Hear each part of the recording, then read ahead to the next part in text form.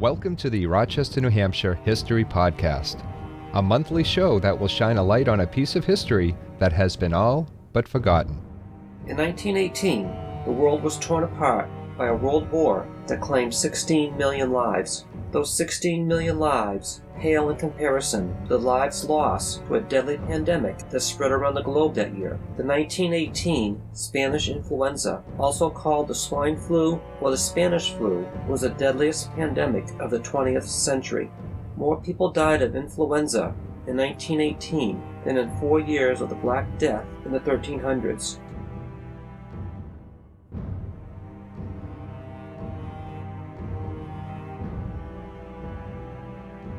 The flu appeared during the First World War, and the disease killed more troops than combat did.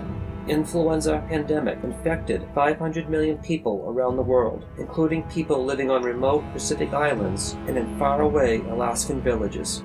The Spanish influenza was a fast-moving virus that affected 25 million in the United States and killing 675,000 Americans. Back then, there were no effective drugs or vaccines to treat this deadly flu strain. The disease was so deadly, life expectancy in the United States fell by about 12 years. The flu killed with a swiftness never seen before. There were stories of people waking up sick and dying on their way to work. Among those who contracted the flu, most victims would slowly recover, while 10 to 20% of the flu's victims died.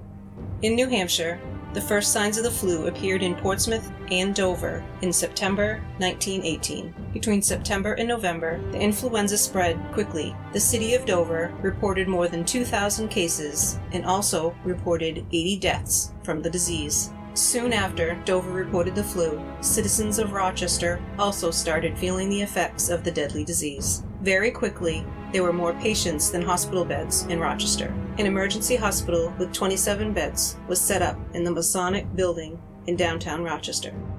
In addition, 9 beds were added to the Eagle Hospital on Charles Street.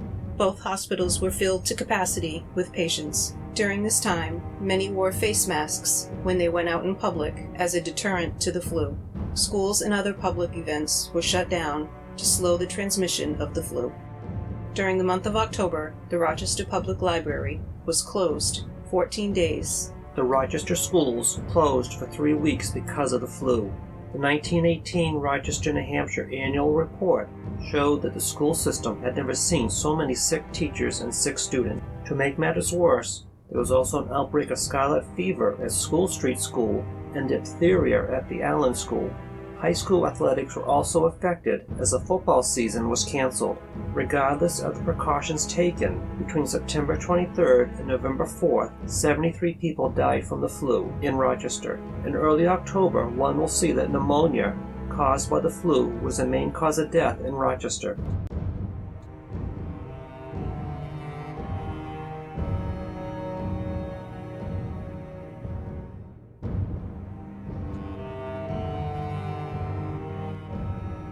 As fast as the flu struck, it quickly vanished in late 1918. New flu cases dropped abruptly, almost to nothing. For example, in Philadelphia, over 4,500 people died from the flu in October, but by November 11, the flu had about disappeared from the city.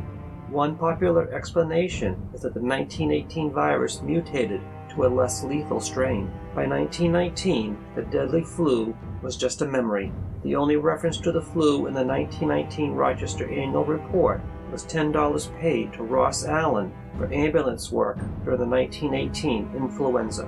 This ends the podcast. If you have any questions or comments, please email bobgriffinpodcast@gmail.com and come back next month for another episode of Rochester, New Hampshire History.